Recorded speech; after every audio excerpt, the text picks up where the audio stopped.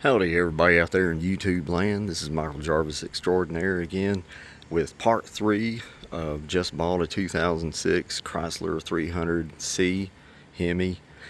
And today I'm going to show you a purchase I made off of Amazon. And this is what I like to call a cheap cold air intake. Cheap spelled C-H-E-E-P because apparently a lot of things you get what you pay for, and including stuff you find on Amazon. So this cold air intake, and before I get all the haters saying it ain't true cold air and blah blah blah, okay, so this cold air intake bought off of Amazon. And if you ever saw these things, everybody and their brother's got one, and they're all made in China, and they're all selling for anywhere from about $55 to about $100, and they all look the same. Some of them have just a polished aluminum or silver air tube there. All of these are the same. Where you're on a Mopar, where your intake air temperature sensor goes. Over here, this is the main reason why I bought it, because it looked to me like it had a really good heat shield, kind of block off from the engine heat. And if you saw that in the video there, I just plugged this off that goes into the intake manifold. I just plugged it off right now. Later on, I'm going to get a oil catch can, because what happens on these Mopars is as it's pulling air through here, it's also pulling vacuum is pulling through here. But when this is connected to this, then basically oil goes through your throttle body, gunks up your intake runners. You're basically putting oil back, recirculating. The EGR is recirculating oil back into your engine, and that is no good. That's just a design for emissions. And for right now, this little crazy little $13 K&N, or Spectre rather, air filter from AutoZone. I just put that on there for right now. It'll do basically the same thing. It'll keep all of this stuff from happening here, which is not good for your engine. But more on that later. So here is the stock, or whatever, the cold air intake filter that comes with this kit. This kit that comes with absolutely no instructions. That the kit on Amazon looks exactly like the kit on eBay, which looks exactly like that company Flash Shark. And when you type in the code, you get money off on it, and it basically makes it the same exact price of every other kit on Amazon and eBay. And if you look it up, it's different brands, and I think it's just different brands. I think about one company makes these things, and then other companies get them, and then they just put their name on it. This one just happened to be called a Moosun, like M-O-O-S-U-N. I have no idea how they came up with that name. Maybe some Chinese guys over there in China thought, well, hey, Moosun, that's a good name. There's another one, it's called Obaitu, and then there's all kinds of other names I can't really pronounce. But it's all the same thing. It's the same kit. But like I said, I basically bought it mostly for the heat shield, the tube. This is a little flimsy over here, but I mean, it's a 90, and it's solid enough. This part is great. That's sturdy. But you get over here and look at this accordion that they give you. How's that going to be going down the road? This is what you're going to hear. So I'm going to try to remedy that. Underneath it, you will see this is where the stock air box used to be. You got to take out your stock air box, which is right here in front of me for illustration purposes only. So this is what you get to take out. Hey, never mind my beach shoes there, even though I ain't at the beach. This is the lower part, and that's what it looks like up underneath your car. So this is supposed to pull in cool air from over here beside the tire and then it's supposed to go through this tube here. Now, look at all this junk. It's like a gun. It's a silencer. It's supposed to keep everything silenced. So the air goes in through here, and it goes down in this hole inside, and it goes in the other hole. So where's all your cold air going for all you naysayers saying, oh, the stock setup's the best setup? Well, look at that. And then look at this deal. So then it has to come up through here. Now, other way. And meet this top air box and go through this big old flat air filter. I would open this up, but I mean, take my word, it's nasty.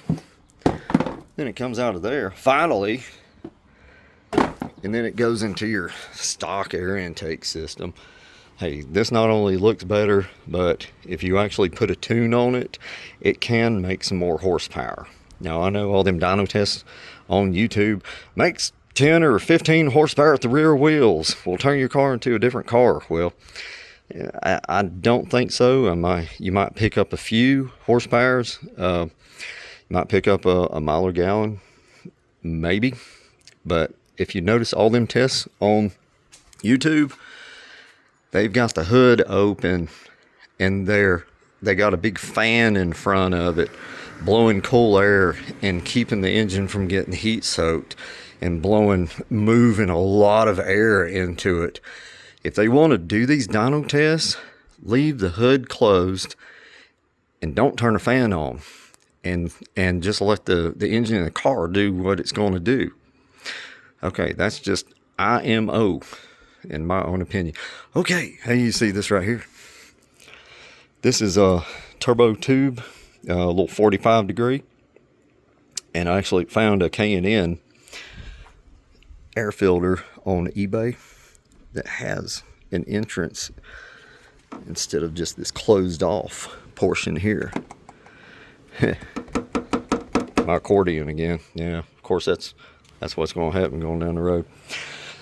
So my job today is to get this over here. I'm going to show you if I can do it or not. Then I'll start the car up, and hopefully we'll have some good air sucking sounds. Stay tuned. So I got the old, well, not the old new, but the air filter that comes with this kit. Got it off. In case you're wondering what it looks like down in there, all you hot rodders, all you newbies, well, that's the hole where the air comes up. If you can see the ground and the asphalt, that's because, well, the front end of this car, the second owner, which was my son-in-law's dad, he accidentally drove it up on a speed breaker, and he about tore the whole front end, well, out from under the car, tore the skid plate off, and the little cover that goes in behind the radiator there.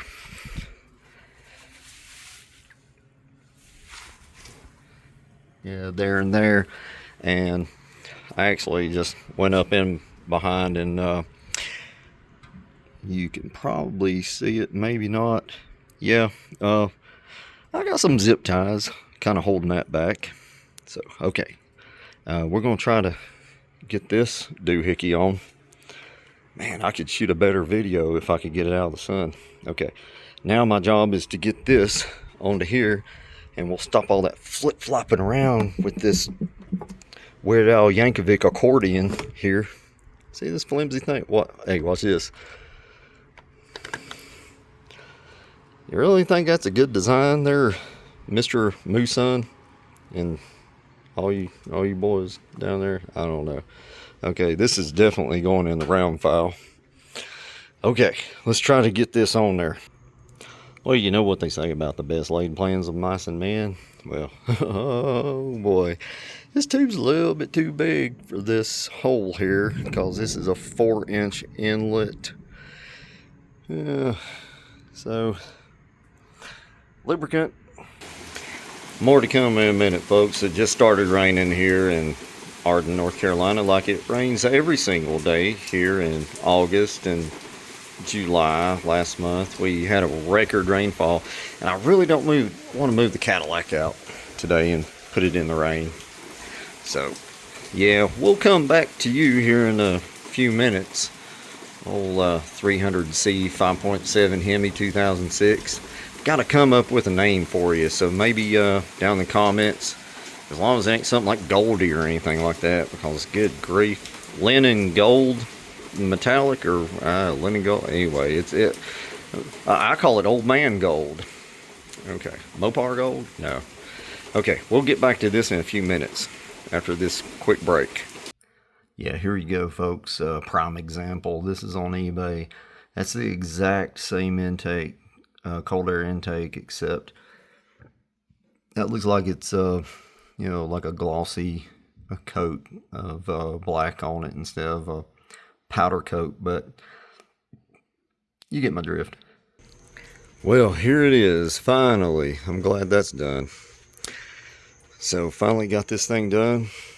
I got my K&N filter on there with the 45-degree turbo 4-inch inlet diameter tube. Now that turbo tube here, it came with these newfangled fasteners. You gotta use a 10mm deep socket on it, unlike the old school that I'm used to. With you can either use a screwdriver or a 8mm, I believe it is. Correct me if I'm wrong. But anyway, yeah. So, like I said, I ordered the cold air intake kit. It was like $55 plus some tax. I think it ended up being about 62 bucks. Got this K&N to replace it because K&N, of course, is a better filter, and then it had the open end on it to replace that. The filter that came with it, that just looked like it looked good. It looked kind of like a Spectre or a K&N knockoff. But my biggest concern was that accordion tubing that was here that was gonna let this flop around, but good grief. The problem I had with this is because this is so thick, and I did not want to cut this in here. I just had to lube it up and just work with it and finagle it on in there. I left this uncut on this side, and just kind of eyeballed that. And I'm a pretty good cutter when it comes to that stuff. So for like $62, and then another $35, and then another 22 bucks, you can have you a good cheap cold air intake kit for just a little bit over $100. And I guarantee you that a lot of them cold air kits like JLT and K&N and all that, they'll look better. They got a whole lot better image and big name and stuff like that, but I guarantee you this one will work just as good. So there it is, folks. That's the 2006 Chrysler 300C. Cheap builds, rustification, cheap cold air intake kit. You do definitely get what you pay for anymore. If you want one that just looks good and is pleasing, then I do suggest get you a K&N or AFE or a Leg Maker or one of them other good name brands. I don't know, that have the really, really nice machining process and all this through here. This is beautiful. That's all pretty, and it's it's all gussied up and everything. But hey, for a cheap build, you can make some of this stuff yourself. But the main thing is make sure that you get a good heat shield. And I think this one on this car is pretty good. It came with all this insulation or weather strip, and it pretty much seals it all except for down there at the bottom. I don't think that'll hurt much, but main thing is it's got to block the heat that's coming off the exhaust manifolds and off of the engine. And I think it'll do a pretty good job of that. Another thing that I like too is I like this painted tube here, and I don't like just either like a chrome or stainless, because it just seems to me like, I don't know, maybe it's in my head, but I don't know if this would absorb the heat better being painted. I'm sure that you could probably get you some good heat wrap, like what you wrap headers with, and just wrap the whole thing all the way over and have you a good heat shield. So cold air makes horsepower. A lot of air makes horsepower as long as all that stuff is matched. And this, this is pretty good size coming in here, 4 inches. And of course, my new throttle body there is 87 millimeters, so that's right around 4 inches. I forget the math on millimeters to inches, but I know this ported throttle body, the stock ones are 80, and this one's 87. And 87 is big as what you can put on a stock intake manifold on a 5.7. If you want to go bigger, like a Scat Pack or Hellcat, then you better get your bigger intake. Edelbrock makes a good one, or just put you a 6.4 intake, but that is a lot involved in that, and that's a lot of money. But just for my purposes, this is good enough for me. This car comes stock with 340 horsepower, 390 pound-feet of torque. It's the pre-Eagle, so it ain't got the Eagle heads, but it does make good power. Of course, after they put the Eagle heads on them, they automatically made 25 to 30 more horsepower, depending on the vehicle. But this, combined with a tune that I'll be doing later, and I got the Diablo Sport Trinity EX tuner, and I'll be doing a video of that later on. It's in the tune too. I'm going to do like a can tune and modify it a little bit for cold air intake. But I will be going in here later on and put me a 195 degree thermostat in, which will help with heat soak. But the main thing is, you can make or you can get you a good cheap cold air intake. So that's proven for just a little bit over $100. So it's about 65, 30, 35, and about another $25. So a little bit over $100. You got you a good cold air kit. All right, this is Michael Jarvis Extraordinaire signing off. I know you don't want me talking all day, so appreciate you spending a few minutes with me. And until next time, God bless everybody.